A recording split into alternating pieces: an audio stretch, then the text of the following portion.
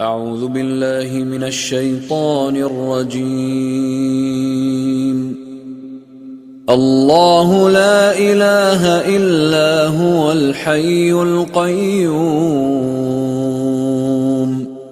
لا تأخذه سنة ولا نوم له ما في السماوات وما في الأرض من ذا الذي يشفع عنده إلا بإذنه يعلم ما بين أيديهم وما خلفهم ولا يحيطون بشيء من علمه إلا بما شاء وسع كرسيه السماوات والأرض ولا يؤوده حفظهما وهو العلي العظيم.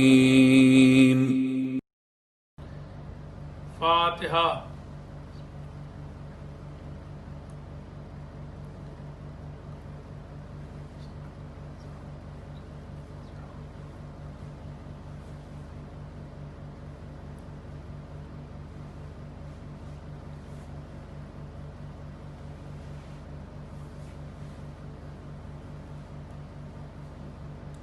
أعوذ بالله من الشيطان الرجيم. بسم الله الرحمن الرحيم. الحمد لله رب العالمين والحمد لله الذي جعل لنا لسانا وشفتين وهدانا النجدين والحمد لله الذي هدانا لهذا وما كنا لنهتدي لولا أن هدانا الله لقد جاءت رسل ربنا بالحق ثم الصلاة والسلام على سلسلة الأنبياء والمرسلين أولها آدم وآخرها خاتم وفي وسطها نوح وإبراهيم وإسماعيل وإسحاق ويعقوب ويوسف ويونس وداود وسليمان وموسى وعيسى لا سيما على أشرفهم وأفضلهم سيدنا ونبينا بالقاسم محمد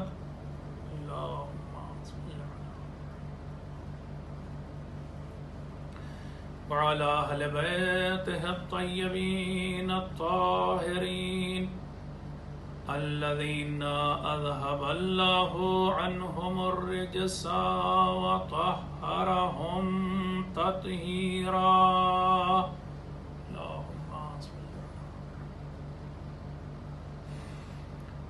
واللعنة الدائمة الباقية على أعدائهم أجمعين من الآن إلى قيام يوم الدين. أما بعد فقد قال الله تبارك وتعالى في كتابه المبين وهو أصدق الصادقين وقوله الحق. بسم الله الرحمن الرحيم. فلعلك باخع على نفسك على آثارهم إن لم يؤمنوا بهذا الحديث أسفا. صلوات پڑھیں آپ حضرات.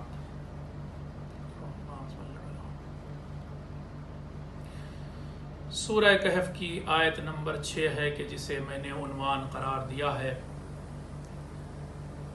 آپ کو معلوم ہے کہ اس سورے میں 110 آیتیں ہیں، یعنی اتنی ہی تعداد میں آیتیں ہیں کہ جتنے جو عدد ہے ہمارے مولا، ہمارے آقا، ہمارے سید حضرت علی علیہ السلام کے نام کے عدد. ان 110 آیتوں کو اگر ہم تقسیم کرنا چاہیں اور موضوعات کے حساب سے اس سورے کے حصے اور سیکشن بنانا چاہیں تو تقریباً 13 سیکشن بنتے ہیں. اس میں سے یہ دوسرا سیکشن ہے کہ جس میں پیغمبر اسلام کی ایک خوبی کی طرف اشارہ کیا جا رہا ہے. عام طور سے ہم اس خوبی کو نہ تو سمجھ پاتے ہیں اور نہ پیش کرتے ہیں. بہت کم ایسا ہوتا ہے کہ ہمارا دھیان اس خوبی کی طرف جائے، جبکہ قرآن مجید نے اس بات کو 2 جگہ پر کہا ہے۔ میں آپ کے سامنے آیت پیش کرتا ہوں، اس کا ترجمہ پیش کرتا ہوں تاکہ بات واضح ہو سکے کہ پیغمبر کی وہ کون سی خوبی ہے کہ جو سورہ کہف کی آیت نمبر 6 میں بیان ہو رہی ہے۔ البتہ سیدھے سیدھے نہیں بلکہ انڈائریکٹ وے میں یہ خوبی بیان کی جا رہی ہے۔ ارشاد ہو رہا فَلَعَلَّكَ بَاخِعٌ نَفْسَكَ عَلَىٰ آثَارِهِمْ، اے پیغمبر کہیں ایسا نہ ہو کہ آپ ان مکے والوں کے کام پر، عمل پر اور ان کے ایمان نہ لانے پر کہیں ایسا نہ ہو کہ خود کو ہلاک کر دیں آپ۔ آگے میں ابھی اس لفظ باخع کا ترجمہ اور اس کا مفہوم زیادہ وضاحت کے ساتھ پیش کروں گا، ابھی بس آپ ترجمہ سن لیجئے کہ کہہ رہا ہے قرآن مجید کہ کہیں ایسا نہ ہو اے پیغمبر کہ آپ ان مکے والوں کے عمل کو دیکھ کر اور ان کا رویہ دیکھ کر کہیں ایسا نہ ہو کہ غم کے مارے ہلاک ہو جائیں۔ پھر آگے کہا جا رہا إِن لَمْ يُؤْمِنُوا بِهَذَا الْحَدِيثِ آسَفًا، کس بات پر ہلاک ہو جائیں کہ یہ لوگ اس قرآن مجید پر ایمان نہیں لاتے۔ اگر یہ لوگ ایمان نہیں لائے تو کہیں ایسا نہ ہو کہ آپ ہلاک ہو جائیں۔ اب میں باخع لفظ کو کہ جو بالکل شروع میں آیت کیا آیا فَلَعَلَّكَ بَاخِعٌ نَفْسَكَ، کہیں ایسا نہ ہو کہ آپ غم کے مارے خود کو ہلاک کر دیں۔ بخع کا مادہ، یہ جو باخع لفظ ہے یہ بخع اس کا مادہ ہے۔ عربی زبان میں یہ لفظ اس وقت استعمال ہوتا ہے کہ جب انسان غم کے مارے اتنا شدید غم ہو کہ روح تک اتر جائے، تو غم کے مارے ہلاک ہونے لگے، تو ایسی ہلاکت کو بخع، ایسے موقع پر ایسے غم کے لیے بخع کا لفظ استعمال ہوتا ہے۔ کل ملا کر کے قرآن مجید کہہ رہا ہے کہ کہیں پیغمبر آپ مارے غم کے، شدت غم کی وجہ سے خود کو ہلاک نہ کر دیں۔ کس بات کا غم؟ کہ یہ لوگ کہیں ایسا نہ ہو کہ اس قرآن مجید پر ایمان نہ لائیں، اس غم میں کہیں آپ خود کو ہلاک نہ کر دیں۔ آپ کو معلوم ہونا چاہیے کہ پیغمبر کو یہ غم کھائے جا رہا تھا کہ مکے کے بہت سے لوگ، بلکہ اکثریت مکے کی اس چیز کو قبول نہیں کر رہی تھی، قرآن کو اور پیغام خدا کو قبول نہیں کر رہی تھی۔ میں یہ بھی بتا دوں آپ کو کہ جس وقت پیغمبر اسلام معراج میں تشریف لے گئے تھے، شب معراج عرش اعظم سے بھی اوپر جب تشریف لے گئے تھے، تو معراج کے حالات میں بیان ہوا ہے کہ پیغمبر کو جنت بھی دکھائی گئی اور جہنم بھی دکھائی گئی۔ اس وقت انہوں نے جب جہنم کو دیکھا تھا اور اس کی بھڑکتی ہوئی آگ کو دیکھا تھا، تو پیغمبر کے ذہن میں اور آنکھوں میں وہ منظر سما گیا تھا۔ پیغمبر کے سامنے وہ جہنم مجسم رہتی تھی، ایک طرف وہ جہنم کو دیکھتے تھے، وہ بھی ذہن میں وہ منظر تھا، اور ایک طرف ان مکے والوں کو دیکھتے تھے، ان کافروں کو، ان بت پرستوں کو دیکھتے تھے کہ جو اڑیل رویہ اپنائے ہوئے تھے اور پیغام حق کو قبول کرنے کو تیار نہیں تھے۔ پیغمبر جب 2 چیزیں دیکھتے تھے تو بے چین ہو جاتے تھے، بے قرار ہو جاتے تھے، غم ان کے روح کی گہرائی تک اترا ہوا تھا۔ لکھا ہوا ہے پیغمبر کے حالات میں کہ وہ اکثر غمگین رہتے تھے۔ میں بہت سوچتا تھا جب میں نے وہ روایت پڑھی تھی کہ پیغمبر اکثر غمگین رہتے تھے، کیوں رہتے تھے؟ تو سمجھ میں آیا اس وجہ سے کہ انہیں اپنی امت کی بڑی فکر تھی، انہیں اپنی امت کا بڑا خیال تھا۔ دیکھیے، امت نادان تھی، ناسمجھ تھی۔ پیغمبر معراج پہ وہ منظر دیکھے ہوئے تھے، ان کے سامنے جہنم مجسم تھی، سامنے تھی، نظروں کے سامنے تھی۔ وہ چاہتے تھے کہ یہ لوگ جہنم میں نہ جائیں بلکہ جنت میں جائیں، ان کے سامنے جنت کے بھی نظارے تھے۔ میں مثال سے اس بات کو واضح کروں، کبھی کبھی نادان جو انسان ہوتا ہے، ناسمجھ ہوتا ہے، وہ نہیں سمجھ پاتا کہ کوئی چیز کتنی خطرناک ہے۔ یہ کہوں مثلا اگر ایک بچہ، بہت چھوٹا سا بچہ، گھٹنیوں چلنے والا بچہ کسی انگارے کی طرف بڑھ رہا ہو، لال لال سرخ سرخ انگارہ ہو، اور اس کی طرف بچہ دوڑتا ہوا گھٹنیوں چلتا ہوا جا رہا ہو، تو آپ جو سمجھدار ہیں، بڑے ہیں، سمجھ رہے ہیں، آپ کی کیا کیفیت ہوگی؟ آپ فوراً گھبرا جائیں گے، کہیں ایسا نہ ہو کہ یہ بچہ انگارہ پکڑ لے۔ آپ کو اس وقت شدت سے اس بچے کو بچانے کا خیال آپ کے دل میں آئے گا، آپ دوڑیں گے، اس بچے کو بچائیں گے۔ کچھ ایسی ہی کیفیت پیغمبر کی تھی کہ جب وہ دیکھتے تھے کہ یہ مکے والے آگ کی طرف بڑھ رہے ہیں، جہنم کی طرف بڑھ رہے ہیں، تو پیغمبر بے چین ہو جاتے تھے، بے قرار ہو جاتے تھے، امت کو سمجھانے کی کوشش کرتے تھے۔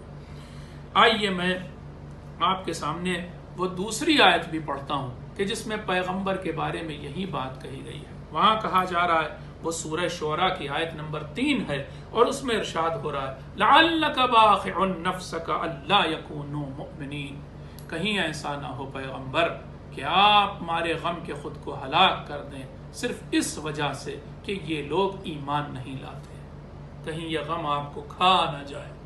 ایک غم تھا کہ جس کی وجہ سے پیغمبر کھلے جا رہے تھے، ہلاک ہوئے جا رہے تھے۔ ایک آیت اور ہے جو پیغمبر کی مہربانی کو بیان کرتی۔ آج کی مجلس کل پیغمبر کی مہربانی، اکثر میں نے جیسے کہا کہ یہ پہلو پیغمبر کی زندگی کا پیش نہیں ہوتا، اور اس آیت میں سورہ کہف کی آیت نمبر 6 میں یہی بات بیان کی گئی۔ آئیے ہم سب مل کر کے آج ذکر پیغمبر کریں۔ کیا ارشاد ہو رہا ہے؟ ایک اور آیت سورہ توبہ کی آیت نمبر 128 ارشاد ہو رہا ہے لَقَدْ جَاءَكُمْ رَسُولٌ مِّنْ أَنفُسِكُمْ، اے لوگوں، ایک رسول، ایک پیغمبر تمہارے درمیان سے ہی تمہارے پاس آیا ہے۔ اے مکے والوں، یہ پیغمبر بھی مکی ہے، یہ پیغمبر بھی مکے کا رہنے والا ہے، یہ پیغمبر بھی مکے میں پیدا ہوا تھا، یہی تمہارے درمیان ہمارا رسول بن کر آیا ہے، ہمارا پیغمبر بن کے آیا ہے۔ اب دیکھیے خصوصیت بیان ہو رہی پیغمبر کی، عزیز علیہ ما عنتم، جب تم کو تکلیف ہوتی ہے، جب تم کو دکھ پہنچتا ہے تو یہ بے چین ہو جاتا ہے، یہ خود غمگین ہو جاتا ہے۔ آگے بھی یہی بات نہیں ختم ہوئی، حریص علیکم، یہ تمہارا فائدہ پہنچانے کے لیے حریص ہے، بہت لالچی ہے، یہ چاہتا ہے کسی طرح سے تمہارے فائدہ ہو جائے۔ بالمؤمنین رؤوف الرحیم، تیسرے حصے میں کہا جا رہا ہے اور یہ پیغمبر مومنین کے لیے خاص طور پر بڑا مہربان ہے۔ تو کل ملا کر کے آیت کے 3 حصے ہیں۔ میں پہلے حصے کے بارے میں آپ سے بات کرنا چاہ رہا ہوں، عزیز علیہ ما عنتم، وہ چیز جو تمہیں دکھ پہنچاتی ہے، تکلیف پہنچاتی ہے، جس سے تم بے چین ہوتے ہو، یہ پیغمبر بے چین ہو جاتا ہے۔ عجیب بات ہے، یعنی میں سمیٹ کے بات کہوں، چوٹ تمہیں لگتی ہے، درد اس پیغمبر کو ہوتا ہے۔ تم تو غافل بستر پر سوتے رہتے ہو کفر اور شرک کی حالت میں، تمہیں پتا ہی نہیں کہ تم کس جہنم کی طرف بڑھ رہے ہو، تم سوتے ہو غفلت کی نیند، اور یہ پیغمبر اپنے بستر پر تڑپتا رہتا ہے، کروٹیں بدلتا رہتا ہے، صرف اس غم میں کہ تم لوگ کل کے دن آخرت میں جہنم میں جا سکتے ہو۔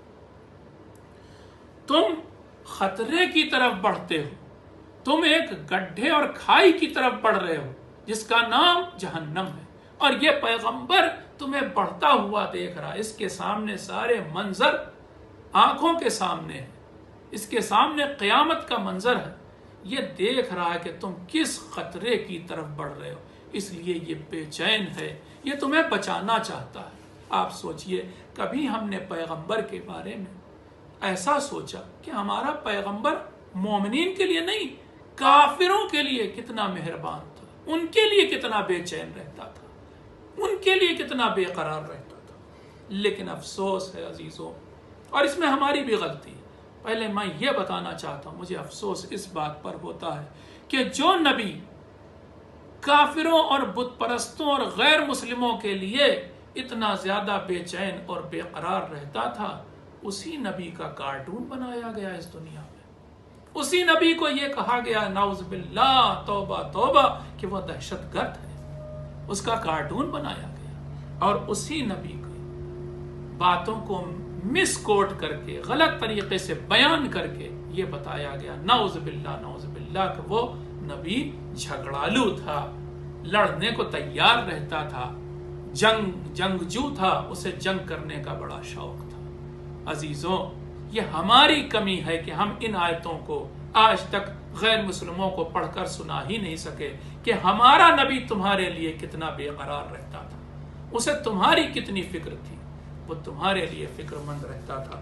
مومنین کے لیے تو کہہ رہا ہے قرآن کہ بالمؤمنین رؤوف الرحیم، مومنین کے لیے تو مہربان تھا ہی، تمہارے لیے بے چین اور بے قرار تھا۔ اسی بات کو قرآن مجید نے ایک اور انداز میں بھی کہا ہے، اور وہ بھی کئی آیتیں آئی ہیں اس مفہوم کی بھی قرآن نے اس مفہوم کو کہہ لیں، اسی بات کو دوسرے انداز میں بھی کہا۔ ایک صلوات پڑھیے تو میں وہ طریقہ اور وہ انداز بھی پیش کرتا ہوں جس انداز میں قرآن نے یہ بات کہی ہے۔ ایک صلوات۔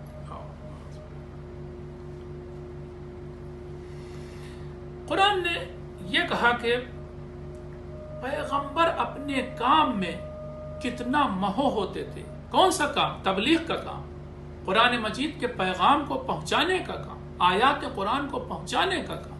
کیا کرتے تھے پیغمبر؟ کئی جگہ پر اللہ تعالیٰ نے قرآن میں کہا اپنے نبی سے افانتا تسمع الصم، اے نبی کیا آپ بہروں کو بھی سنا سکتے ہیں؟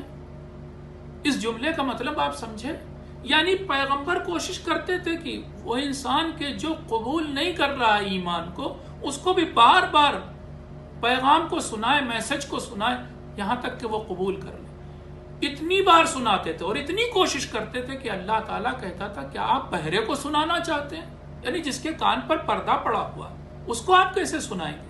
ایک جگہ پر اور کہا انک لا تسمع، یہاں پر پہلے والے میں سوالیہ انداز میں کہا گیا تھا، یہاں کہا گیا انک لا تسمع الموتى ولا تسمع الصم الدعاء اذا ولوا مدبرین۔ اے پیغمبر آپ ہرگز مردوں کو اپنا پیغام نہیں پہنچا پائیں گے، مردوں کو اپنا پیغام نہیں سنا پائیں گے، اور نہ ہی آپ بہروں کو اپنی بات سنا پائیں گے جبکہ وہ اپنا منہ موڑ چکے ہوں۔ اس کا مطلب یہ ہے کہ پیغمبر، اس آیت کا انڈائریکٹ میننگ سمجھیے، پیغمبر غایت جہد کہا جاتا ہے، یعنی اپنی پوری جی جان لگا دیتے تھے کہ کسی طرح سے وہ مکے والے مسلمان اور مومن ہو جائیں۔ ایک اور آیت میں کہا گیا افانتا تسمع الصم او تهدی العمی، کیا آپ بہروں کو اپنا پیغام سنائیں گے اور کیا آپ اندھے کی ہدایت کریں گے؟ اندھا کون؟ عقیدے کا اندھا، فکر کا اندھا، اس کو تو آپ نہیں گائیڈ کر سکتے، اس کو تو آپ ہدایت نہیں دے سکتے۔ یہ آیتیں بتا رہی ہیں کہ پیغمبر اپنی بات کو پہنچانے میں جی جان لگا دیتے تھے اور اس حد تک تبلیغ کرتے تھے کہ گویا ہلاکت کی کگار تک اور ہلاکت کے موقع تک پہنچ جاتے تھے۔ ایک صلوات پڑھ دیے پیغمبر کے لیے۔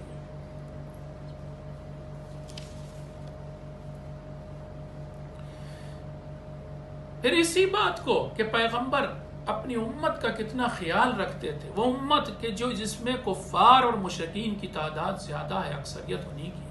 ایک اور انداز میں بھی قرآن نے کہا، اور وہ یہ کہ اے پیغمبر آپ جس کی ہدایت کرنا چاہتے ہیں آپ اس کی ہدایت نہیں کر سکتے، اللہ جس کی ہدایت چاہتا ہے اسی کی ہدایت کرے گا۔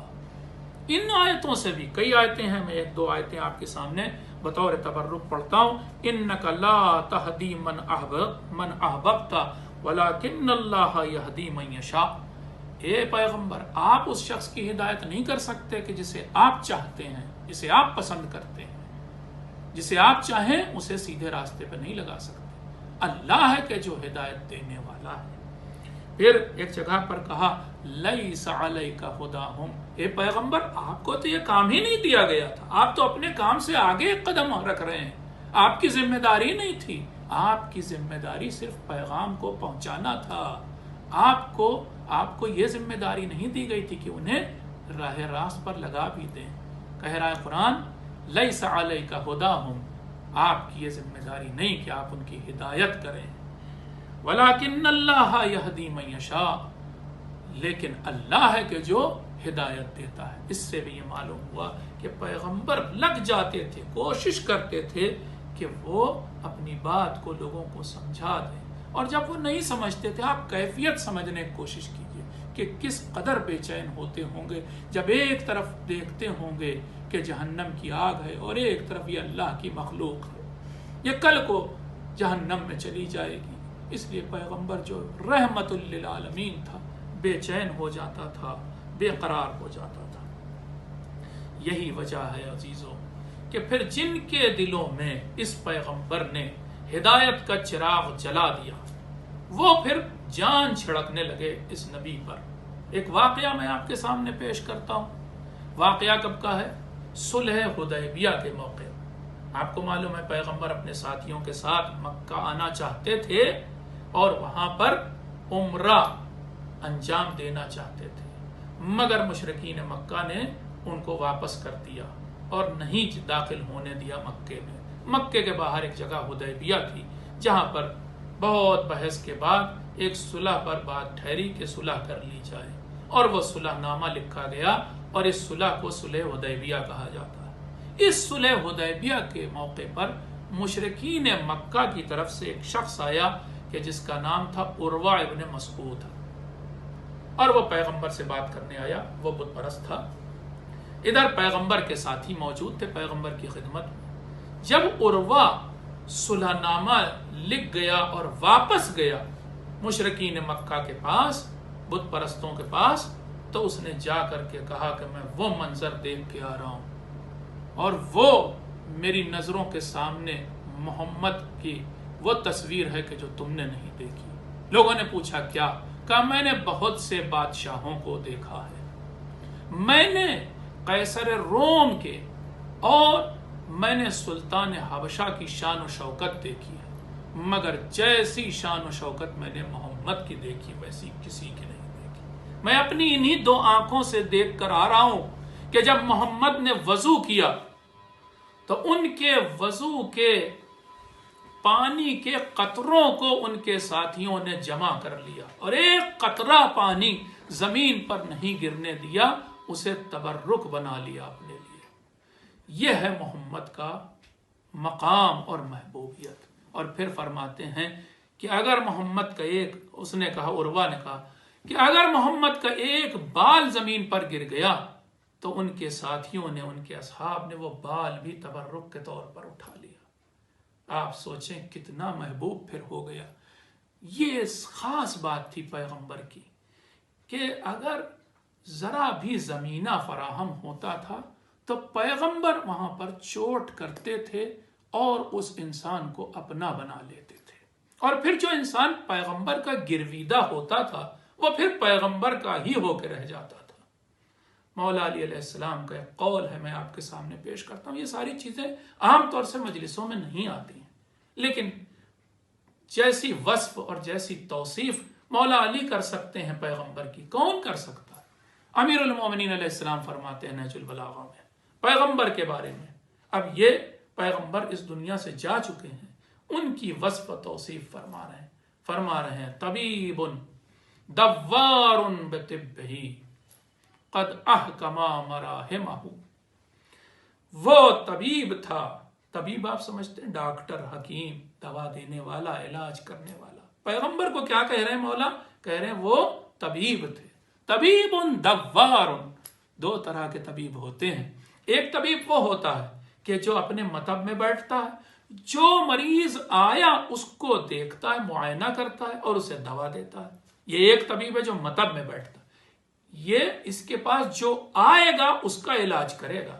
لیکن ایک طبیب وہ ہوتا ہے کہ جو مطب میں نہیں بیٹھتا، گھر گھر پھرتا ہے، ہر دروازے پہ جاتا ہے، ہر دروازے کو کھٹکھٹاتا ہے۔ مولا علی علیہ السلام دوسرے طرح کا طبیب کہہ رہے ہیں پیغمبر کو، طبیب دوار، چلتا پھرتا طبیب ہے۔ دوار بطبہ، اپنی طبابت کو، اپنے ہنر کو، اپنی مہارت کو ساتھ لے کے چلتا ہے۔ آگے پھر فرما رہے ہیں قد احکما مراہمہ، اس طبیب نے اپنے مرہم، الگ الگ طرح کے مرہم تیار کر رکھے ہیں۔ کیا زبردست جملہ ہے مولا کا، الگ الگ طرح کے مرہم، کئی مرہم تیار ہیں، علاج تیار ہے۔ پھر فرماتے ہیں وَأَحْمَا مَوَاسِمَهُ، اور اس زمانے میں علاج کا ایک طریقہ یہ تھا کہ چیزیں یعنی کوئی دھات گرم کر کے داغی جاتی تھی، لگائی جاتی تھی زخم پر. تو مولا اس کی طرف بھی اشارہ کر رہے ہیں کہ پیغمبر نے وہ چیز کہ جس سے داغا جاتا ہے وہ بھی تیار کر رکھی ہے، اپنی مہر لگا دیتے تھے انسان پر. ایسے کو یضع ذلک حیث الحاجۃ الیہ، وہاں پر پیغمبر اس مرہم کا اور اس مہر کا استعمال کرتے تھے جہاں ضرورت ہوتی تھی. من قلوب عمی، ایسے قلبوں کو، ایسے دلوں کو بھی زندہ کر دیا کہ جو اندھے تھے. وآذان صم، اور ایسے کانوں کو بھی اپنی بات سنا دی کہ جو بہرے تھے. ابھی آپ کہیں گے کہ قرآن تو کہہ رہا ہے کہ آپ بہروں کو اپنی بات نہیں سنا سکتے. نہیں، ان بہروں میں سے بھی کچھ کو ڈھونڈ لائے پیغمبر جنہیں اپنی بات سنا دی. ابھی آگے بات سنیں آپ، مولا علی کیا فرما رہے ہیں، کن بہروں کو سنا دیا. وَأَلْسِنَةٍ بُكْمٍ، اور ایسی گونگی زبانوں کو بھی ٹھیک کر دیا کہ جن سے حق کی بات نہیں نکلتی تھی، جو لا الہ الا اللہ محمد رسول اللہ کہنے کو نہیں تیار تھے، ان کی زبان سے یہ کلمہ جاری کروا دیا. پھر کیا، متتبع بدوائہ، ارے وہ پیغمبر تھے کہ جو اپنی دوا کے ذریعے ڈھونڈتے پھرتے تھے. کس چیز کو؟ کون سا انسان غافل ہے، مواضع الغفلہ، ایسے انسان کو ڈھونڈتے پھرتے تھے جو غافل ہے. ہاں، دو طرح کے گونگے، دو طرح کے بہرے، دو طرح کے اندھے بھی ہیں. ایک اندھا وہ ہے کہ جو بیچارہ انجان ہے، جسے ہمارے ہاں شریعت میں قاصر کہا جاتا ہے، جاہل قاصر. وہ بیچارہ نادان ہے، بھولا بھالا ہے. اس کو ڈھونڈتے تھے، اور ایسے کو ڈھونڈتے تھے کہ جو بیچارہ یہ نہیں طے کر پا رہا ہے کہ حق کدھر ہے، باطل کدھر ہے. ان دو طرح کے لوگوں کو کہ جو غفلت کا شکار ہیں یا حیرت کا شکار ہیں، ان کو ڈھونڈتے تھے اور انہیں پیغمبر اپنا پیغام سنا دیتے تھے. بڑا ہی خوبصورت واقعہ نقل ہوا ہے پیغمبر کے بارے میں. ایک صلوات پڑھیں تو میں آپ کی خدمت میں واقعہ پیش کروں. اللہم صلی علی محمد وآل محمد. حالات میں آیا ہے پیغمبر کے کہ ایک شخص جو مکے کا رہنے والا نہیں تھا، اس کے بارے میں لکھا ہے کہ غالباً وہ مدینے کا رہنے والا تھا. ابھی پیغمبر نے ہجرت نہیں کی ہے، مدینے نہیں گئے، وہاں کے لوگوں کو مسلمان نہیں بنایا. لیکن آپ کو معلوم ہے کہ مکہ جہاں پر کعبہ تھا، وہاں پر اس دور میں بھی یعنی اسلام سے پہلے بھی حتیٰ پیغمبر اسلام کے آنے سے بھی پہلے یا اعلان رسالت سے پہلے لوگ آتے تھے، الگ الگ جگہوں سے، دور دور سے آتے تھے اور کعبے کی زیارت کرتے تھے. حتیٰ کہ بت پرست آتے تھے اور حج بھی کرتے تھے. خیر بہرحال ویسے ہی ایک آدمی، اس نے سوچا کہ میں مکے جا کر کے کعبے کی زیارت بھی کروں اور اس کا کچھ ضروری کام تھا مکے میں وہ بھی انجام دوں. اس کی دوستی لیکن قریش کے بت پرستوں سے تھی اور خاص طور سے ان کے سرداروں سے. جب وہ مکے آیا تو ان کے سے ملاقات، سب سے پہلے اپنے دوستوں سے ملاقات کی. جیسے ہی دوستوں سے ملاقات ہوئی، دوستوں نے کہا کہ دیکھو ہمارے شہر میں ایک عجیب ہلچل ہے. کہا کیا ہے؟ کہا ایک انسان ہے کہ جو اپنے کو اللہ کا نبی کہتا ہے، نام اس کا محمد ہے صلی اللہ علیہ وآلہ وسلم. دیکھو وہ جادوگر ہے، کچھ ایسی باتیں سناتا ہے کہ جس سے انسان اس کے جادو میں پھنس جاتا ہے، گرفتار ہو جاتا ہے. اکثر وہ انسان تمہیں کعبے کے پاس ملے گا، اس لیے اگر تم کعبے کے پاس جانا اور وہ انسان وہاں پر موجود ہو تو دیکھو جو بھی وہ کہہ رہا ہو اس کی بات کو نہ سننا. اس نے کہا ٹھیک ہے بھائی، تم میرے دوست ہو، تمہاری بات مانتے. خیر اس نے جب اپنے مکے میں کام کر لیے تو اب وہ کعبے کی زیارت کے لیے گیا، اور وہاں پر آپ کو اس دور میں بھی جیسے طواف ہوتا ہے اس دور میں بھی ہر وقت طواف ہوتا رہتا تھا. وہ پہنچا، اس سے پہلے کہ پہنچتا اپنے کانوں میں روئی ٹھونس لی کہ مجھے ان کی بات نہ سننی پڑے. اور اب آیا اور وہاں پر کعبے کے پاس ایک نورانی شخص کو دیکھا، سمجھ گیا یہی محمد ہوں گے. اور پھر وہ کچھ پڑھ رہے تھے کان میں، لیکن روئی ٹھونسی ہوئی ہے تو سنائی نہیں دے رہا تھا کہ کیا پڑھ رہے ہیں. لیکن کہتا ہے کہ میں ایک دو چکر میں نے طواف کے کر لیے، پھر ذہن میں خیال آیا کہ جب میں لوٹ کے جاؤں گا اپنے شہر تو ہمارے شہر والے پوچھیں گے کہ بھائی وہاں کی کیا خبر ہے، اور مجھے بتانا ہی پڑے گا، کیونکہ ان کے اس اعلان کی خبر تو ہر جگہ پہنچ جائے گی، نہ آپ پہنچی تو بعد میں پہنچ جائے گی، پھر مجھے بتانا ہی پڑے گا کہ محمد نامی شخص نے اعلان رسالت کیا ہے۔ پھر وہ لوگ پوچھیں گے وہ پیغام کیا ہے، تو میں کیا بتاؤں گا؟ تو کم سے کم کچھ بات تو سن لوں کہ میں بتاؤں کہ وہ آدمی یہ کہہ رہا تھا۔ یہ سوچ کر جب وہ طواف کرتا ہوا پیغمبر کے پاس سے گزر رہا تھا تو اس نے کانوں سے روئی نکال لی۔ روئی کا نکالنا تھا کہ پیغمبر جن آیات قرآنیہ کی تلاوت کر رہے تھے، وہ میٹھی میٹھی آواز، وہ حلاوت سے بھری ہوئی آواز، وہ سوچیں کہ آج کا قاری جو قرات کرتا ہے وہ کیا قرات کرے گا، جیسی خود پیغمبر کرتے ہوں گے۔ وہ قرات پیغمبر کی، وہ تلاوت پیغمبر کی اس کے کانوں تک پہنچی۔ پہلی بار جو اس نے سنا، سامنے سے گزر گیا، اسے بڑی اچھی وہ آواز لگی، بڑی اچھی وہ بات لگی۔ اگلے چکر میں سوچا کہ حیف ہے، میں پچھتاؤں گا کہ اگر میں نے اس کی بات اور نہ سنی۔ اب اس نے وہ روئی دوبارہ نہیں لگائی کانوں میں، اور یوں ہی چکر لگاتا رہا اور پیغمبر سے قرآن کی آیتیں سنتا رہا۔ آخر میں بس ابھی طواف اس کا ختم ہوا تھا کہ وہ پیغمبر کے قریب آیا، کہا کہ آپ ہی محمد ہیں؟ کہا ہاں میں ہی محمد ہوں۔ بس جیسے ہی اس نے کہا، یہ سنا کہ یہی محمد ہیں، اس نے عرض کی کہ پھر یہ بتائیے کہ آپ کا یہ پیغام میں کیسے قبول کر سکتا ہوں، کیا طریقہ ہے کہ میں آپ کو ماننے لگوں؟ پیغمبر نے فرمایا یہ تو بڑا آسان ہے، تم اعلان کرو کہ لا الہ الا اللہ محمد رسول اللہ، ایک صلوات پڑھ دیں۔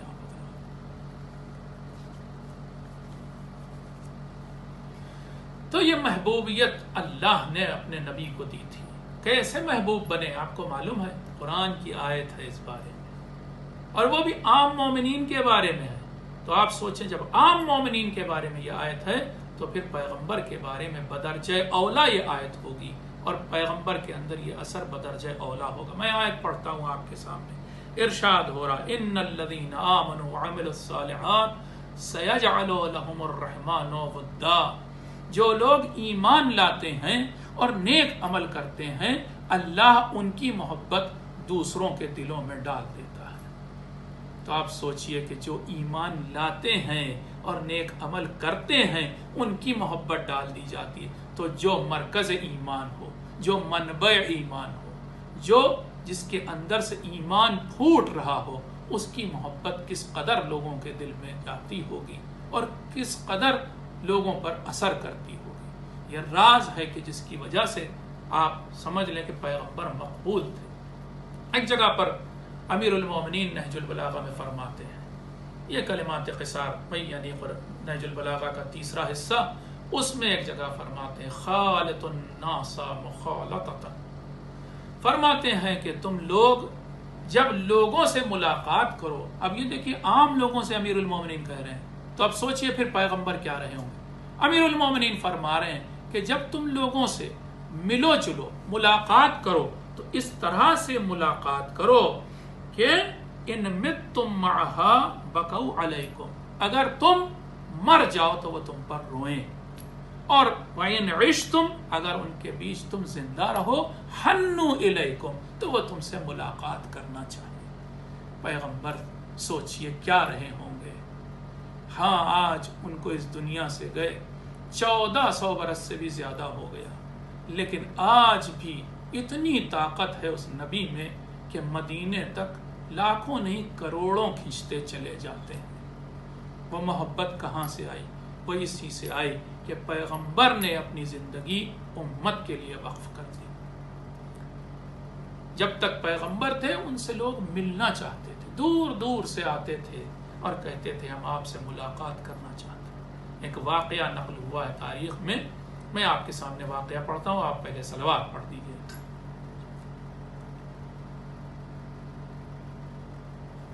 واقعہ یہ نقل ہوا ہے کہ ایک عورت مدینے سے 30-40 فرسخ دور، کافی دوری ہو گئی، ایک بیابان میں ریگستان میں رہتی تھی۔ آپ نے سنا ہوگا خانہ بدوش لوگ ہوتے ہیں، کبھی یہاں خیمہ لگا لیا، کبھی وہاں خیمہ لگا لیا۔ وہ خانہ بدوش تھی، بوڑھی تھی، ضعیفہ تھی، اس کے 3 بیٹے تھے، تینوں مسلمان ہو چکے تھے، یہ عورت بھی مسلمان ہو گئی تھی، لیکن اس نے نبی کو دیکھا نہیں تھا، کبھی ملاقات کا شرف نہیں حاصل ہوا، کبھی زیارت نہیں کی۔ اپنے بیٹوں سے، جوان بیٹوں سے کہتی رہتی تھی کہ دیکھو ہمیں کسی دن مدینے لے چلو، میں اس رسول کی زیارت کرنا چاہتی ہوں کہ جو اللہ کا بھیجا پیغمبر ہے۔ بیٹے کہتے تھے کہ ہاں اماں کسی دن لے چلیں گے، ہاں والد گرامی کسی دن لے چلیں گے۔ یہ کسی دن ہوتے ہوتے بات ٹلتی رہتی تھی، وہ موقع نہیں آیا کہ یہ عورت جائے، یہ ضعیفہ جائے اور نبی کی زیارت کرے۔ یہاں تک کہ ایک اتفاق ایسا ہوا کہ ایک روز نبی کا گزر اس بیابان سے ہوا جہاں یہ خیمے میں رہتی تھی۔ اس کے خیمے کے پاس ایک چشمہ تھا، وہیں سے یہ لوگ پانی لیتے تھے۔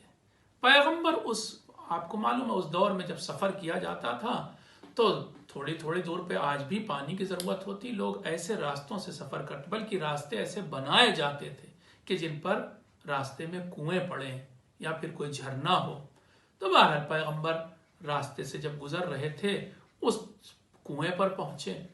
اب جو پیغمبر نے دیکھا تو یہ ضعیفہ وہاں پر موجود تھی، اکیلی تھی، اس کے ہاتھ میں ایک مشک تھی، یہ مشک کنویں میں ڈال کر کے اسے بھرنا چاہتی تھی۔ پیغمبر نے اس کو دیکھا کہ یہ بوڑھی عورت ہے، پیغمبر اس وقت قدرے جوان تھے۔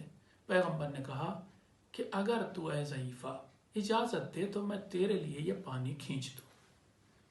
اس عورت نے کہا کہ اگر تم سچ میں ایسا کر دو گے؟ کہا ہاں ایسا کر دیں گے۔ کہ اگر تم نے ایسا کر دیا تو میں تمہارے لیے دعا کروں گی۔ پیغمبر نے پوچھا کیا دعا کرو گی؟ کہ میں دعا کروں گی کہ اللہ تمہارے ماں باپ پر رحمت نازل کرے۔ بس جیسے ہی پیغمبر نے اتنا سنا کہ مشک دے دو مجھے۔ مشک لی اور کنویں میں ڈالی، مشک بھری، وزنی مشک، پانی بھرا ہوا، پیغمبر نے باہر نکالی۔ اب اس کے ہاتھ میں نہیں دیا، اس ضعیفہ کے ہاتھ میں مشک۔ کہا تیرا خیمہ وہی ہے جو دکھ رہا ہے دور سے؟ کہا ہاں وہی خیمہ۔ کہا میں لے چلتا ہوں تیرے خیمے تک یہ مشک۔ پیغمبر لے گئے، وہاں تک مشک پہنچائی، اور اس کے بعد اس ضعیفہ نے کہا کہ اے مسافر، اے میرے مہمان، میں تیرے لیے پانی پیش کروں یا پھر میرے پاس بھیڑ کا تھوڑا دودھ ہے وہ پیش کر سکتی؟ پیغمبر نے فرمایا کہ نہیں، اس کی ضرورت نہیں ہے، فی الحال میں چلتا ہوں، مجھے جانے کی اجازت دے۔ اس مومنہ نے کہا کہ اچھا جائیے۔ یہ نہیں سمجھ پائی کہ یہی پیغمبر ہے۔ پیغمبر چل دیے، ابھی تھوڑی دور گئے تھے کہ اس کے تینوں بیٹے سامنے سے آ رہے تھے۔ وہ آئے، پیغمبر کو انہوں نے سلام کیا، گزر ہو گیا، اپنے خیمے تک پہنچے۔ ماں نے کہا وہ جو انسان جا رہا ہے؟ کہا ہاں۔ اسے جانتے ہو؟ کہا ہاں۔ کہ وہی انسان ہے کہ جس نے یہ مشک میرے لیے بھری ہے۔ وہ دوڑے پیغمبر کے پاس گئے اور انہوں نے آ کر کے کہا یا رسول اللہ، اگر آپ تھوڑا چند منٹ کا وقت دے دیں، میری ماں، ہماری ماں آپ کی زیارت کی متمنی ہے ایک عرصے سے، اس نے ابھی آپ کو دیکھا مگر یہ نہیں سمجھی کہ آپ ہی پیغمبر اسلام ہیں، کیا آپ تھوڑے وقت کے لیے ہمارے خیمے تک چل سکتے ہیں؟ پیغمبر اس کے خیمے تک گئے۔ اس عورت نے بھری ہوئی نگاہ سے پیغمبر کو دیکھا، نہیں جانتی تھی کہ پیغمبر کون ہے۔ اب جو پہلی بار دیکھا تو اس کی آنکھوں میں آنسو آ گئے۔ یہ شوق، یہ اشتیاق کہاں سے آیا؟ یہ محبت دل میں کہاں سے آئی؟ یہ انجانے انسان کی محبت کہاں سے آئی؟ سیجعل لهم الرحمن ودا، یہ وہی محبت ہے کہ جس کا اللہ نے وعدہ کیا ہے، یہ وہی محبت ہے کہ جو اللہ نے اپنے نبی کی محبت ہر دل میں ڈال دی ہے۔ ہاں عزیزو، ایسے بہت سے واقعات ہیں تاریخ میں کہ جن سے پتہ چلتا ہے کہ پیغمبر کس قدر محبوب تھے لوگوں کے لیے، اور دوسری طرف خود پیغمبر لوگوں سے کتنی محبت کرتے تھے۔ یہ دونوں باتیں آپ یاد رکھیے۔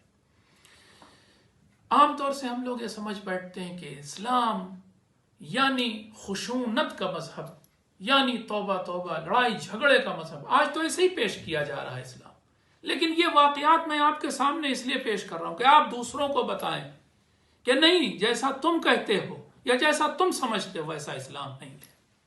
بہت سے ایسے موقع تھے کہ جس میں عربوں کے میں رائج تھا لعنت کرنا، ملامت کرنا۔ ان موقعوں پر پیغمبر نے لعنت و ملامت نہیں کی۔ جنگ احد کے بارے میں موجود ہے تاریخ میں. آپ کو معلوم ہے جنگ احد کون سی جنگ؟ اسلام کی دوسری جنگ. سامنے کون؟ مشرکین مکہ. سرغنہ کون؟ ابو سفیان، ان بت پرستوں کا سرغنہ تھا. جنگ ہوئی، جنگ کے پورے حالات نہیں مجھے پڑھنے. جیتی ہوئی جنگ، مسلمان ہارے کیونکہ کچھ لوگ پیچھے والی پہاڑی سے اتر آئے تھے، پیغمبر کا حکم نہیں مانا اور آ کر کے مال غنیمت کے چکر میں اوپر اس پہاڑی سے اتر آئے. دشمنوں نے پیچھے سے حملہ کر دیا، نتیجے میں جیتی ہوئی جنگ مسلمان ہار گئے. اس جنگ میں احد میں 70 لوگ مسلمانوں کے طرف سے شہید ہوئے تھے. 70 مسلمان شہید ہوئے تھے. آج تک ان کی قبریں میدان احد میں موجود ہیں. کوئی گھر لکھا ہے مدینے کا ایسا نہیں تھا اس جنگ کے بعد جہاں گریہ نہیں ہو رہا تھا، جہاں عورتیں رو نہیں رہی تھی. اسی جنگ میں پیغمبر کے چچا جناب حمزہ کی شہادت ہوئی ہے، اور اسی جنگ میں پیغمبر کے 2 دانت ٹوٹے ہیں یا شہید ہوئے ہیں. پیغمبر لہو لہان ہوئے. اسی جنگ میں یہ خبر اڑی تھی کہ محمد مار دیے گئے، قتل ہو گئے. حالانکہ یہ خبر جھوٹی تھی، افواہ تھی. لیکن بہرحال ایسے واقعات کے بعد جس وقت پیغمبر کے دانت شہید ہو چکے تھے، خود پیغمبر لہو لہان تھے، تو اب اس وقت کے دستور کے حساب سے جنگ ختم ہو گئی. چلے گئے لوگ، ہار گئے مسلمان. مشرکین مکہ جا رہے تھے. اس وقت کے دستور کے حساب سے پیغمبر کو کھڑے ہو کر کے سامنے والے لشکر پر لعنت کرنی تھی، ملامت کرنی تھی، ان کے لیے برے الفاظ استعمال کرنے تھے، انہیں کوسنے دینے تھے. لیکن پیغمبر نے ایک تاریخی جملہ ارشاد فرمایا. اصحاب نے کہا، جب پیغمبر کھڑے ہوئے تو اصحاب اس انتظار میں تھے کہ اب پیغمبر لعنت بھیجیں گے. فرماتے ہیں انی لم ابعث لعانا ولکنی بعثت داعیا. میں دیکھو لعنت کرنے کے لیے نہیں بھیجا گیا ہوں، میں تو لوگوں کو نیک راستے کی طرف بلانے کے لیے بھیجا گیا ہوں. پھر فرماتے ہیں اب اللہ کی جانب 2 ہاتھ اٹھائے آسمان کی طرف اور اللہ کی طرف متوجہ ہو کر کے یہ فرماتے ہیں بجائے یہ کہ لعنت کرتے، فرما رہے ہیں اس قوم کے لیے کہ جو لہو لہان کر کے گئی، جو 70 مسلمانوں کو شہید کر کے گئی ہے، ان دشمنوں کے لیے کیا کہہ رہے ہیں؟ سنیں آپ غور سے. اللہم اہدی قومی، اے میرے مالک میری قوم کی ہدایت کر دے. فإنہم لا يعلمون، دیکھیے ناسمجھ ہیں، یہ نادان ہیں، انہیں معاف کر دے. یہاں تک کہ ایک روایت میں معاف کرنے کا بھی لفظ آیا ہے، ورنہ یہاں پر ہدایت کر دے ان کی. یہ ناسمجھ ہیں، یہ نہیں جانتے. یہ تھا پیغمبر کا رویہ. ایک یہودی کے بارے میں بھی ایک واقعہ نقل ہوا ہے کہ ایک یہودی پیغمبر کے اوپر روزانہ، جس راستے سے، مدینے کی بات ہے، مدینے میں یہودی بستے تھے، وہ پیغمبر کے جو مدینے میں حاکم ہے ان کے اوپر راستے سے جب کوچے سے گزرتے تھے پیغمبر، تو اپنے گھر کی چھت پہ چلا جاتا تھا وہ یہودی، اور جانے کے بعد وہاں سے پیغمبر کے سر پہ خاک پھینکتا تھا. پیغمبر 1 دن 2 دن 4 دن، ہم ایسا انسان ہوتا تو اس کے لیے بد دعا کرتا، برا بھلا کہتا، لڑتا. لیکن پیغمبر کو دیکھیں، روزانہ گزرتے تھے، کچھ نہیں کہتے تھے.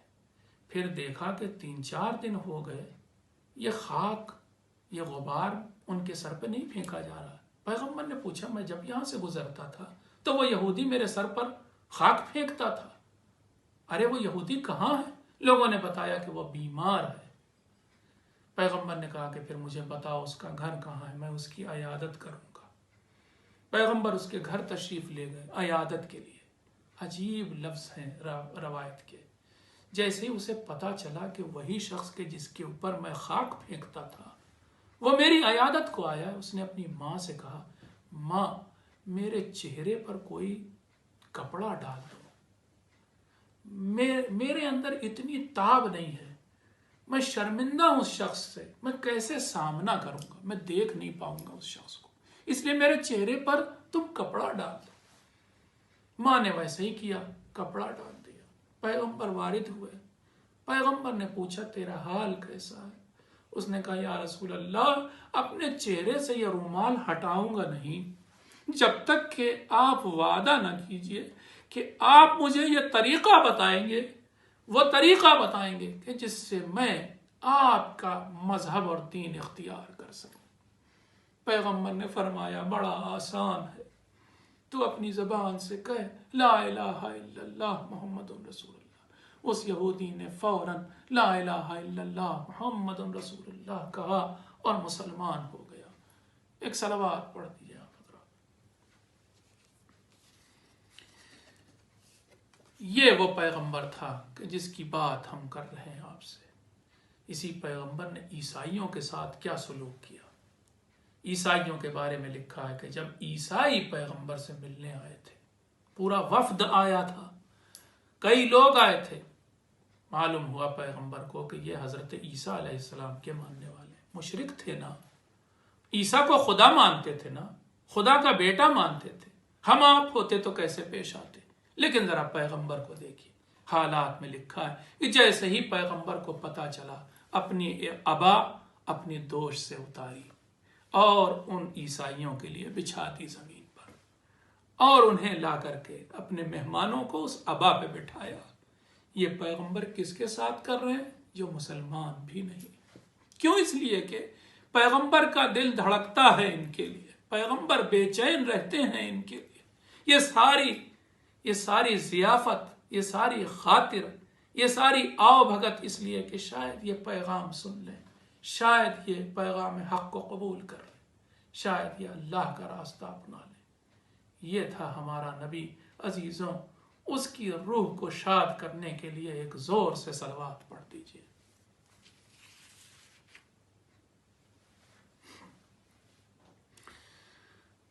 یہی وجہ ہے کہ پیغمبر نے ساری کوششیں اس بات کی کہ جنگ نہ ہونے پائے۔ اس سلسلے میں جو چیزیں نیگلیکٹ ہوتی وہ میں آج آپ کے سامنے پیش کر رہا ہوں، ورنہ تو سیرت نبی پر بہت کچھ کہا جاتا ہے، مگر یہ سیرت کہ پیغمبر دوسروں کے لیے، خاص طور سے غیر مسلموں کے لیے بے چین و بے قرار رہتے تھے، غمگین رہتے تھے، یہ بات میں نہیں سمجھتا کہ زیادہ پیش کی جاتی۔ اور یہ جو کہا جاتا ہے نعوذ باللہ، جو تہمت لگائی جاتی ہے ہمارے نبی پر کہ وہ جھگڑالو تھے، جنگجو تھے، تو اس کا جواب ایک نہیں کئی جواب ہیں۔ ایک جواب ہم سے بھی آج سن لیجئے، وہ یہ کہ پیغمبر نے اپنی زندگی میں کئی معاہدے، کئی ایگریمنٹس کیے ہی اس لیے ہیں کہ جنگ نہ ہونے پائے، جھگڑا نہ ہونے پائے، تنازع نہ ہونے پائے۔ پہلا ایگریمنٹ جو پیغمبر نے بعثت سے پہلے کیا تھا، یعنی ابھی اعلان رسالت نہیں کیا، اور اس کا بڑا مشہور نام ہے حلف الفضول۔ عبداللہ ابن جدعان کے گھر پر مکہ میں پیغمبر نے نبوت کے اعلان کے بعد یہ فرمایا تھا کہ ہم نے اس وقت کہ جب میں نے اعلان رسالت نہیں کیا تھا، عبداللہ ابن جدعان کے گھر پر ہم چند لوگوں نے مل کر ایک ایسا ایگریمنٹ کیا تھا، ایک ایسا حلف لکھا تھا، حلف الفضول لکھا تھا کہ جس پر اگر آج بھی مجھ سے کہا جائے تو میں عمل کرنے کو تیار ہوں، اور میں اس سے آج بھی ہٹا نہیں ہوں۔ کیا تھا وہ؟ کہ مکے میں اگر کوئی باہر کا آدمی آ گیا، اگر کوئی خاص طور سے تاجر آ گیا یا کوئی باہر کا آدمی آ گیا، تو اس پر مکے میں کوئی ستم نہیں کیا جائے گا، کوئی ظلم نہیں کیا جائے گا۔ یہ کون پیغمبر ہے کہ جس نے ابھی اعلان رسالت نہیں کیا؟ اعلان رسالت ہوا مکے میں، بہت سارے معاہدے کرنے کی کوشش کی، پھر مدینہ میں چیدہ چند واقعات۔ مدینہ پہنچے ہجرت کر کے، سب سے پہلا کام جو پیغمبر نے مدینہ پہنچ کے کیا وہ معلوم ہے آپ کو کیا؟ وہ یہ کہ یہودیوں کے ساتھ ایگریمنٹ لکھا، نہ ہم تمہیں ستائیں گے نہ تم ہمیں ستانا، ہم مل جل کے رہیں گے، ہم ایک شہر کے باسی ہوں گے، ہم ایک شہر کے رہنے والے ہوں گے۔ دیکھو تم پر برا وقت پڑے گا تو ہم ساتھ دیں گے، اگر ہم پر برا وقت پڑے تو تم ساتھ دینا، نہ تم ہمارے دشمنوں کا ساتھ دینا نہ ہم تمہارے دشمنوں کا ساتھ دیں گے۔ اس سے بڑھ کر کون سا ایگریمنٹ ہو سکتا ہے؟ یہ معاہدہ کس کے ساتھ؟ یہودیوں کے ساتھ۔ اور پھر وہ معاہدہ کہ جس کی ابھی میں نے ابتدائی مجلس میں بات کی تھی، صلح حدیبیہ۔ اس کے لیے تو ہر مورخ نے، ہر ہسٹورین نے لکھا کہ یہ معاہدہ، یہ ایگریمنٹ، یہ پیس ٹریٹی نبی نے دب کر کی تھی، اپنے نقصان کرتے ہوئے کی تھی۔ حالانکہ اس کے فوائد بعد میں ظاہر ہوئے، لیکن ساری شرطیں مسلمانوں کے اور پیغمبر کے خلاف ہوتے ہوئے بھی اس پر دستخط کیا تھا۔ آپ بتائیے اس پیغمبر کو کیا کوئی کہہ سکتا ہے کہ یہ جھگڑالو پیغمبر ہے؟ کیا کوئی کہہ سکتا ہے کہ یہ جنگجو پیغمبر ہے؟ نہیں عزیزوں، یہ تو امن کا پیغمبر ہے۔ اس نے اس دنیا میں امن کے پیغام کو پھیلایا ہے، یہ امن کا پیغام لانے والا ہے۔ اسلام کا مطلب ہی امن و امان ہوتا ہے۔ یہی وہ ہے کہ جس نے وہ پرچم پھہرایا تھا مکے کے وقت، فتح مکہ کے وقت، کہہ دیا تھا کہ آج تم سب کو، اپنے سخت ترین دشمن ابو سفیان تک سے کہہ دیا تھا، اور کئی بڑے بڑے دشمن سب سے کہا تھا، جنہوں نے پیغمبر سے آ کر کے ایک نہیں کئی جنگیں لڑی تھی، ان سب سے کہا تھا آج تم سب ہماری طرف سے آزاد ہو، آج تم سب کو معاف کر دیا، آج تم سب کے اوپر میری رحمت ہے۔ ان کی رحمت ہی کو تو دیکھ کر کے بہت سے لوگ فتح مکہ کے موقع پر مسلمان۔ عزیزوں، ہر انسان کی کامیابی کا ایک راز ہوتا ہے، ایک کامیابی کا راز خود پیغمبر نے بیان کیا۔ ایک صلوات پڑھیں تو میں وہ کامیابی کا راز آپ کے سامنے پیش کرتا ہوں۔ ایک بار ہمارے اور آپ کے مولا حضرت امیر المؤمنین علی ابن ابی طالب علیہ السلام نے پیغمبر سے پوچھا، یا نبی اللہ، یا رسول اللہ، آپ کی کامیابی کا راز کیا ہے؟ کیسے آپ نے اتنی کم مدت میں اس عرب سماج کو بدل دیا؟ کیسے آپ دلوں پر حکومت کرنے لگے؟ کیسے آپ نے ان اڑیل اور جنگجو اور جھگڑالو اور خشن عربوں کو صحیح کر دیا؟ واقعا سب سے مشکل کام تھا۔ آج بھی اگر آپ عرب دنیا میں جائیں آپ کو اس کا احساس ہو جائے گا۔ میرے تو ایک ساتھی کہتے ہیں کہ آج بھی ایک نئے پیغمبر کی ضرورت ہے، ہاں؟ لیکن ان اڑیل عربوں کو، ان جھگڑالو عربوں کو، ان جاہل اور نادان عربوں کو، ان جاہلیت کا شکار عربوں کو پیغمبر نے کیسے لائن پہ لگا دیا، کیسے اس سماج کو بدل دیا؟ امیر المومنین نے یہی سوال کیا۔ آپ یقین کریں گے تو صرف 2 لفظ ہیں کہ جس میں پیغمبر نے جواب دیا۔ 2 لفظ کیا ہیں؟ الحب و اساسی۔ دیکھو، محبت میری اساس اور بنیاد ہے، میں نے ہر چیز کی بنیاد، اپنے ہر عمل کی بنیاد محبت پر رکھی تھی، اس لیے میں کامیاب ہوا۔ رسول ہم کو ایک فارمولا دے گئے عزیزوں۔ آج اگر ہم مسلمان کامیاب ہونا چاہتے ہیں تو اس فارمولا پر عمل کر کے، اور وہ فارمولا کیا ہے؟ الحب و اساسی۔ فارمولا یہ ہے کہ محبت سب سے بڑا فارمولا ہے۔ محبت اپناؤ، تم خود بخود جیت جاؤ گے۔ محبت سے کبھی انسان ہارا نہیں ہے۔ ایک شخص نے سوال کیا تھا، یہ سوال روایت میں یہ بھی لکھا ہے کہ پیغمبر سے بھی ہوا ہے، یہی سوال چھٹے امام جعفر صادق علیہ السلام سے ہوا۔ کسی نے پوچھا تھا کہ دین کیا ہے، یا پھر یہ پوچھا تھا کہ محبت بھی کیا دین کا حصہ ہے؟ جواب میں کہا تھا، حال الدین الا الحب، ارے دین کیا محبت کے سوا بھی کوئی چیز ہے؟ دین ہے ہی محبت۔ تو آپ سوچئے، جو پیغمبر یہ کہہ رہا تھا کہ دین یعنی محبت، محبت ہی ہے کہ جو دین ہے، وہ خود دوسروں سے کیسی محبت رکھتا ہوگا۔ اسی کے بارے میں تو قرآن نے کہا، فَلَعَلَّكَ بَاخِعٌ عَلَىٰ آثَارِهِمْ، کہیں ایسا نہ ہو کہ آپ ان کافروں کے عمل کو دیکھ کر اور ان کی روگردانی کو دیکھ کر، ان کے پیٹھ دکھانے کو دیکھ کر، ان کے منہ موڑنے کو دیکھ کر کہیں پیغمبر آپ غم سے خود کو ہلاک نہ کر دیں، کہیں ہلاک نہ ہو جائیں۔ یہ وہ پیغمبر ہے کہ جو رحمت للعالمین ہے، اور یہ پیغمبر کی زندگی کا وہ پہلو ہے کہ جو عام طور سے پیش نہیں کیا جاتا۔ اس پیغمبر نے مانگا بھی امت سے کیا؟ صرف محبت مانگی۔ ہاں عزیزو، میں اپنی منزل پر آ گیا، اس سے جب اجر کی بات کہی گئی، اس سے جب یہ کہا گیا کہ اجر کیا ہے آپ کی رسالت کا، تو قرآن کی آیت ہے آپ اکثر سنا کرتے ہیں. کیا اجر کہا؟ فرمایا مجھے مودت چاہیے اپنے قربا کی. قل لا اسألکم علیہ اجرا الا المودۃ فی القربى. اے پیغمبر ان سے کہہ دیے کہ میں اجر رسالت کے طور پر، ریٹرن کے طور پر کچھ تم سے نہیں مانگتا، صرف اور صرف محبت ہی مانگتا ہوں. میں نے محبت دی ہے، میں محبت چاہتا ہوں. لیکن عزیزوں کیا کیا جائے کہ اسی نبی کے گھرانے کے ساتھ محبت نہیں کی گئی. اس نے کیا کہا تھا؟ میں اپنے گھر والوں کے لیے، اپنے قرابت داروں کے لیے محبت مانگ رہا ہوں، میں اپنے قرابت داروں کے لیے مودت مانگ رہا ہوں. اسی پیغمبر نے تو کہا تھا نا کہ ھذا حسین فاعرفوہ.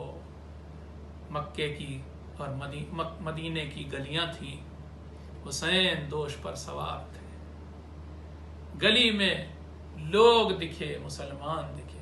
اس سے پہلے کہ لوگ کچھ کہتے، پیغمبر نے خود آج تعارف کرایا. دیکھو دیکھو لوگوں، دیکھو دیکھو مسلمانوں، ھذا حسین، یہ حسین ہے، فاعرفوہ، اسے پہچان. نہ معلوم پیغمبر مستقبل میں کیا دیکھ رہے تھے جو بار بار حسین کا تعارف کرا رہے تھے. کبھی یہ کہتے تھے حسین منی وانا من حسین، کبھی یہ کہتے تھے الحسن والحسین سیدا شباب اہل الجنہ. اپنے نواسوں کے لیے کہتے تھے دیکھو ان کا خیال رکھنا، دیکھو ان سے محبت کرنا. لیکن عزیزو وہ رسول کے جو دوسروں کے لیے، غیروں کے لیے تڑپتا تھا، محبت رکھتا تھا، اس کے اپنوں کے ساتھ محبت نہیں کی گئی. گھیر کر لایا گیا اس کے حسین کو اس بیابان میں، اس جنگل میں کہ جہاں پانی نہیں ملتا. عزیزو 2 محرم کی تاریخ تھی، لیکن 2 محرم سے پہلے حسین راستے میں تھے. مکے سے چلے ہیں عراق کی طرف، مکے سے چلے ہیں کوفے کی طرف. راستے میں ہر کا لشکر بھی ملتا ہے اور ہر کا لشکر ساتھ ہو جاتا ہے. ہر کو حکم دیا ہے ابن زیاد نے کہ تم حسین کے ساتھ رہنا، ان سے جدا نہ ہونا. ہر نے ایک خط لکھا ہے ابن زیاد کے پاس کہ اب ہم کیا کریں، حسین تو کوفہ آنے کو تیار نہیں. جب تک جواب خط آیا حسین کے ساتھ رہا ہر اور اس کا لشکر بھی. لکھا ہے واقعات میں کہ منزل بیضا پر جب امام حسین علیہ السلام اور ان کے ساتھی اور اس کے ساتھی ساتھ ہر اور اس کا لشکر پہنچے، تو منزل بیضا پر وہ مشہور حدیث جو پیغمبر کی امام حسین علیہ السلام نے، جسے سنہرے حرفوں سے لکھنا چاہیے، جو اصل میں پیغام ہے اسلام کا. کیا فرمایا امام حسین علیہ السلام نے؟ خطبہ دیا، اپنے اصحاب بھی موجود ہیں، ہر کا لشکر بھی موجود ہے. خطبہ دیا اور فرمایا ایھا الناس قال رسول اللہ صلی اللہ علیہ وآلہ وسلم، اے لوگوں سنو، میں سناتا ہوں میرے نانا رسول خدا نے کیا کہا. کیا فرمایا؟ من رآ سلطانا جائرا، جو انسان یہ دیکھے کہ ایک ظالم اور جابر انسان تخت حکومت پر بیٹھ گیا ہے، مستحلا لحرام اللہ، جو اللہ کے حرام کو حلال بنا رہا ہے، جس چیز کو اللہ نے حرام کہا اسے وہ حلال کہہ رہا ہے، ناقصا لعہد اللہ، جو اللہ سے کیے وعدے کو توڑ رہا ہے، مخالفا لسنت اللہ اور لسنت رسول اللہ، اور پیغمبر کی سنت کی مخالفت کر رہا ہے. یعمل العباد یا پھر یعمل عباد اللہ بالاثم والعدوان، 2 طرح سے روایت نقل ہوئی. اور جو بندگان خدا کے ساتھ ظلم اور جور کا سلوک کر رہا ہے، تو پھر ایسے انسان کو یہ گوارا نہیں ہونا چاہیے کہ وہ خاموش تماشائی بنا رہے. فلم یغیر بفعل ولا قول کان حقا علی اللہ ان یدخلہ مدخلہ.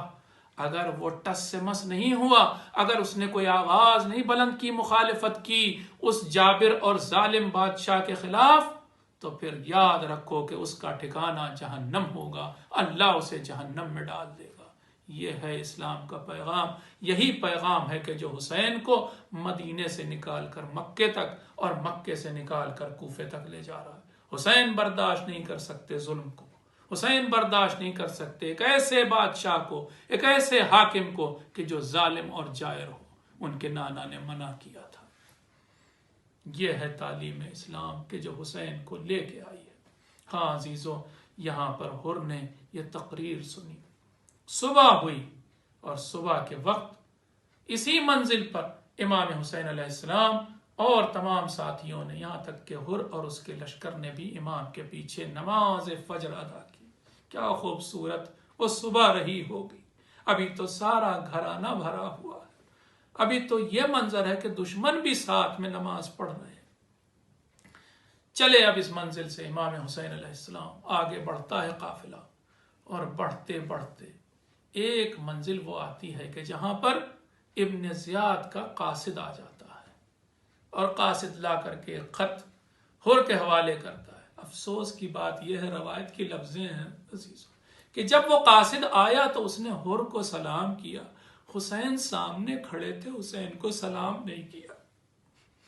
عزیزوں، یہ نوبت آ گئی تھی پیغمبر کے 50 سال بعد کہ لوگ ان کے نواسے کو سلام نہیں کرتے تھے۔ بہرحال خط حوالے کیا، خط میں لکھا ہوا تھا کہ جیسے ہی تمہیں یہ خط ملے حر، بس وہیں پر حسین کو روک دینا، جہاں پر بھی ہو انہیں وہاں گھیر لینا، یہاں تک کہ ہمارا اگلا پیغام تم تک پہنچے۔ حر نے کہا، امام سے جا کے خدمت میں عرض کی کہ ہم کو یہ پیغام دیا گیا ہے۔ امام نے فرمایا کہ مجھے حر آگے بڑھنے دو۔ کہا آقا میں مجبور ہوں۔ بس جیسے یہ سنا، کہا حر کم سے کم پڑھ کر کے زہیر ابن قین کے بارے میں بھی لکھا ہے، یا دیگر اصحاب کے بارے میں، کہ انہوں نے پڑھ کے کہا یہ حر ذرا یہ تو خیال کرو کہ حسین کے ساتھ بچے ہیں، عورتیں ہیں، ایسی جگہ تو ہمیں خیمہ لگانے دو جہاں پانی ہو۔ حر مان گیا۔ آقا آگے بڑھے، ابھی پانی تک پہنچنے ہی والے تھے کہ خود بخود گھوڑا رک گیا۔ یہ دوسری محرم کی تاریخ تھی، گھوڑا رک گیا، اور اب امام حسین علیہ السلام نے بعض روایات کی بنا پر پے در پے 7 گھوڑے بدلے، مگر کوئی گھوڑا آگے بڑھنے کو تیار نہیں ہوا۔ اب امام نے پوچھنا شروع کیا، ذرا یہ تو بتاؤ اس جگہ کا نام کیا ہے؟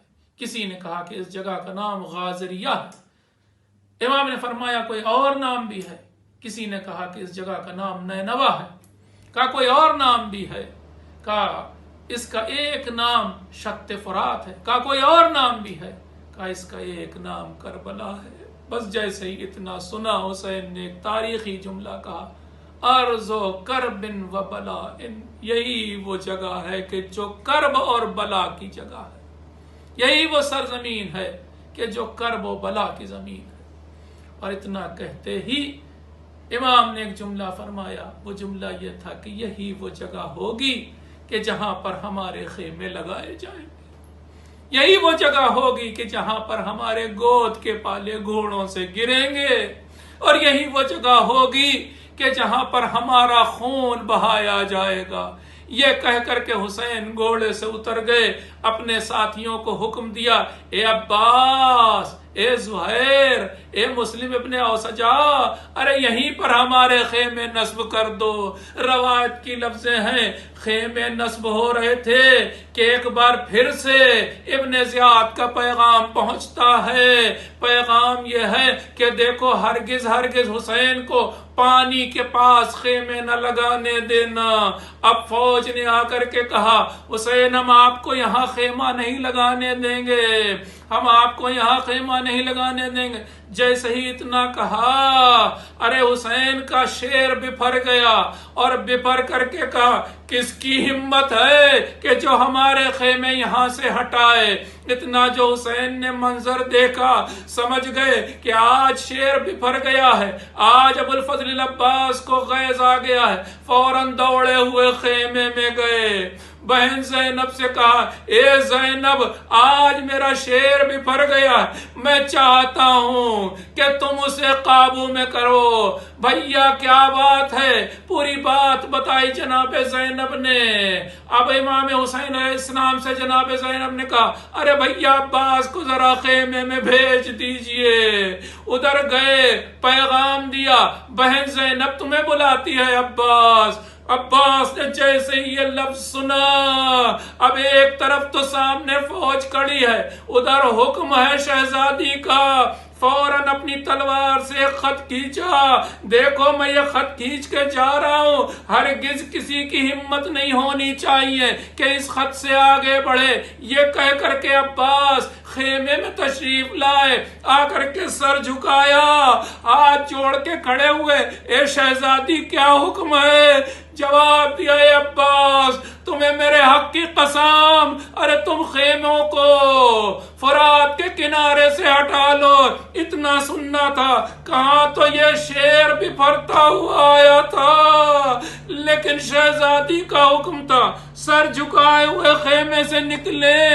میں نہیں جانتا کہ عباس نے اس وقت دشمن کو کیسے دیکھا ہوگا اور دشمن کا سامنا کیسے کیا ہوگا، لیکن سر جھکائے ہوئے آئے، خیموں کو اٹھانا شروع کیا، خیموں کو وہاں سے اکھاڑ کے دوسری جگہ نصب کیا۔ ارے آج تو عباس کو اس طرح سے قابو میں کیا گیا کہ زینب نے کہہ دیا کہ عباس خیمے ہٹا لو، کل کو عاشور کے دن جب عباس تلوار چلانا چاہیں گے تو حسین تلوار کے بدلے نیزہ ہاتھ میں دے دیں گے۔ ہاں عزیزو، یہ کربلا کی سرزمین ہے، یہیں پر پہنچ کر کے جناب ام کلثوم نے ایک جملہ کہا تھا، اور وہ کیا؟ اپنے بھیا کو خیمے میں بلا کے کہا تھا اے بھیا جب سے ہم اس سرزمین پر آئے ہیں ایک عجیب سی گھبراہٹ ہو رہی ہے، ایک عجیب سی بے چینی ہے۔ یہ سن کر امام حسین نے اپنی بہن سے کہا تھا اے بہن یہ وہی جگہ ہے جہاں سے ہم اس وقت گزرے تھے کہ جب ہم صفین کی جنگ لڑنے جا رہے تھے، بابا ہمارے ساتھ تھے اور بابا نے یہاں پر نماز ادا کی تھی، نماز ادا کر کے بھائی حسن کے زانوں پر سر رکھ کے سو گئے تھے، تھوڑی دیر بعد آنکھ کھلی تھی اور ایک جملہ کہہ رہے تھے انا للہ و انا الیہ راجعون۔ بھیا حسن نے پوچھا اے بابا جان اس کا سبب کیا ہے؟ جواب دیا تھا ارے یہی وہ میدان ہوگا، میں نے ابھی خواب میں دیکھا یہ سارا بیابان خون سے بھرا ہوا ہے اور میرا حسین اس میں ڈوبا ہوا ہے۔ ارے میں سمجھ گیا یہ وہی سرزمین ہوگی کہ جہاں پر میرا لاڈلا حسین قتل کیا جائے گا۔ یہ سن کر بابا نے مجھ سے پوچھا تھا اے میرے لاڈلے حسین اس وقت تم کیا کرو گے؟ میں نے بابا سے وعدہ کیا تھا بہنا کہ میں صبر کروں گا، اب میں تم سے کہتا ہوں اے بہن صبر کرو۔ دیکھو اس وقت بھی صبر کرنا جب تمہارا یہ بھائی نہ رہے۔ وَسَيَعْلَمُ الَّذِينَ ظَلَمُوا أَيَّ مُنْقَلَبٍ يَنْقَلِبُونَ إِنَّا لِلَّهِ وَإِنَّا إِلَيْهِ رَاجِعُونَ رضا بقضائه وتسليما لأمره اللهم اغفر للمؤمنين والمؤمنات والمسلمين والمسلمات الأحياء منهم والأموات وتابع بيننا وبينهم بالخيرات إنك مجيب الدعوات إنك قاضي الحاجات إنك على كل شيء قدير۔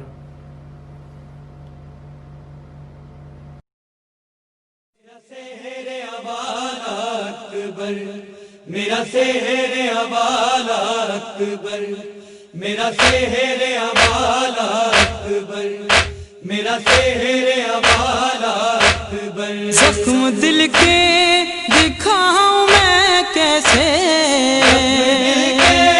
دکھاؤں میں کیسے، تیرا لاشا اٹھاؤں میں کیسے اکبر، میرا سحر ابال اکبر اکبر، میرا سحر ابال اکبر۔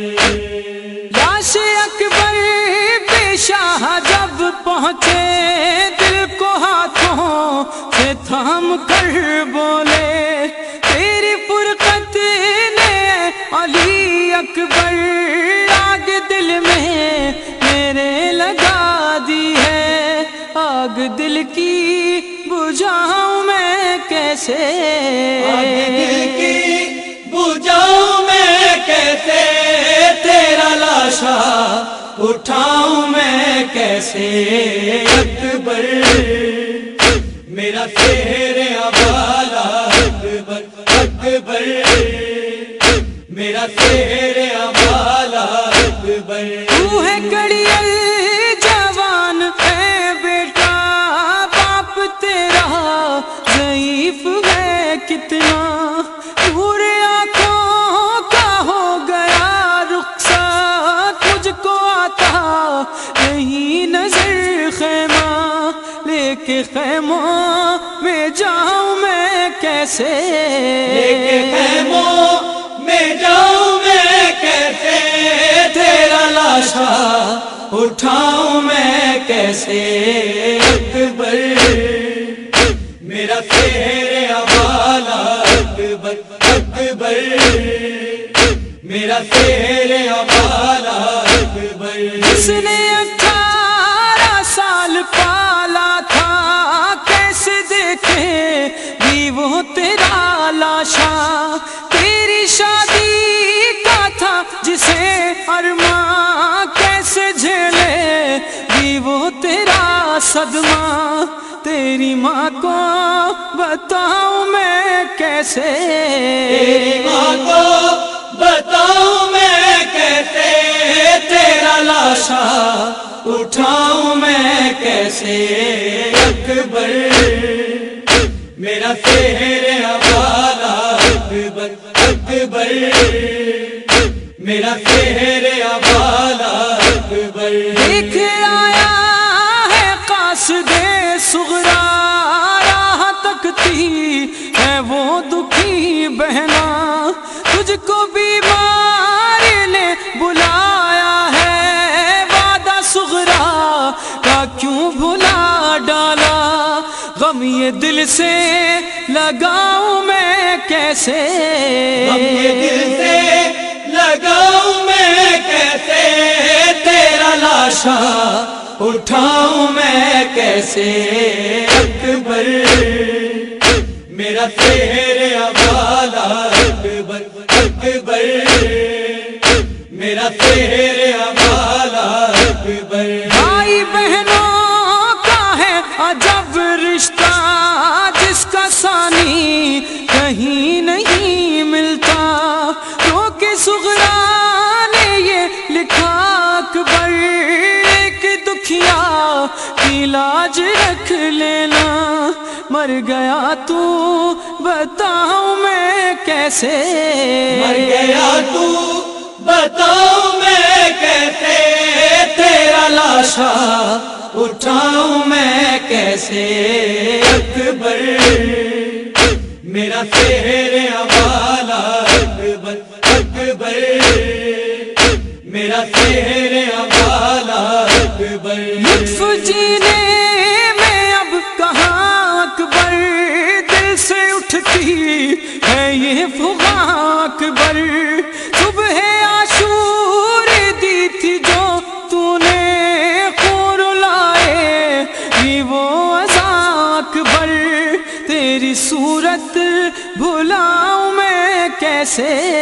تیری صورت بلاؤں میں کیسے، تیرا لاشا اٹھاؤں میں کیسے اکبر، میرا شہر ابالا اکبر اکبر، میرا شہر ابالا اکبر۔ سب غم کا محال ہے بیٹا، دیکھوں کیسے یہ زخم سینے کا، میں تو پردیس میں اکیلا ہوں، دیکھ کر زخم کیا کروں بتلا، اس پہ مرہم لگاؤں میں کیسے، اس پہ مرہم لگاؤں میں کیسے، تیرا لاشا اٹھاؤں میں کیسے اکبر میرا تیرے حوالہ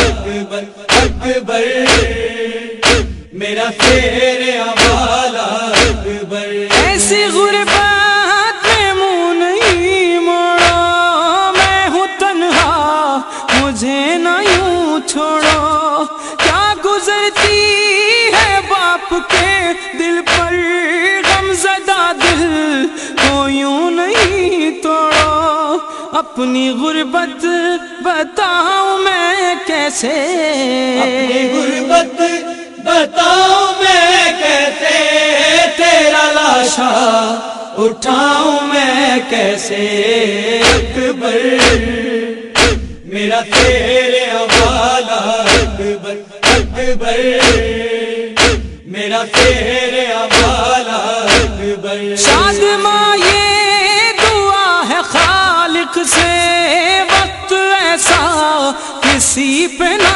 آئے جیسا مظہر نے لکھ دیا منظر شاہ کہتے کہ بس یہی روکے زخم دل کے دکھاؤں میں کیسے زخم دل کے دکھاؤں میں کیسے تیرا لاشا اٹھاؤں میں کیسے اکبر میرا تیرے حوالہ اکبر میرا تیرے حوالہ اکبر میرا تیرے حوالہ اکبر میرا تیرے حوالہ